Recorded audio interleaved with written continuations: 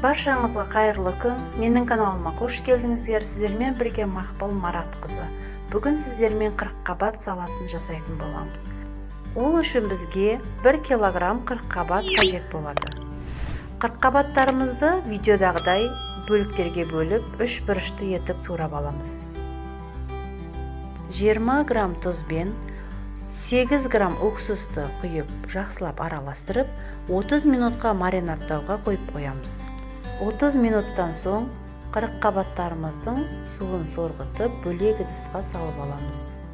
Оның үстіне үккіштен өткізілген бір сәбізімізді салып, және тәтті болгар бұрышын, 15 грамм чесногымызды және 15 грамм қантымызды саламыз.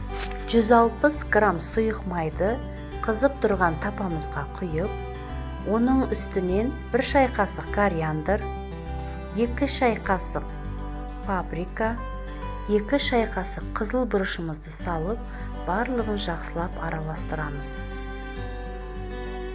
Дайын болған майымызды чесногымыздың үстінен құямыз. Оның үстінен 1 шай қасықты толтырмай кристаллик тұзын және 1 қасық күнжіт майын, жарты шай қасық соя соусын құйып, барлығын жақсылап араластырамыз. Осымен біздің салатымыз дайын. Ас болсын. Сіздермен бірге болған Мақпал Маратқызы.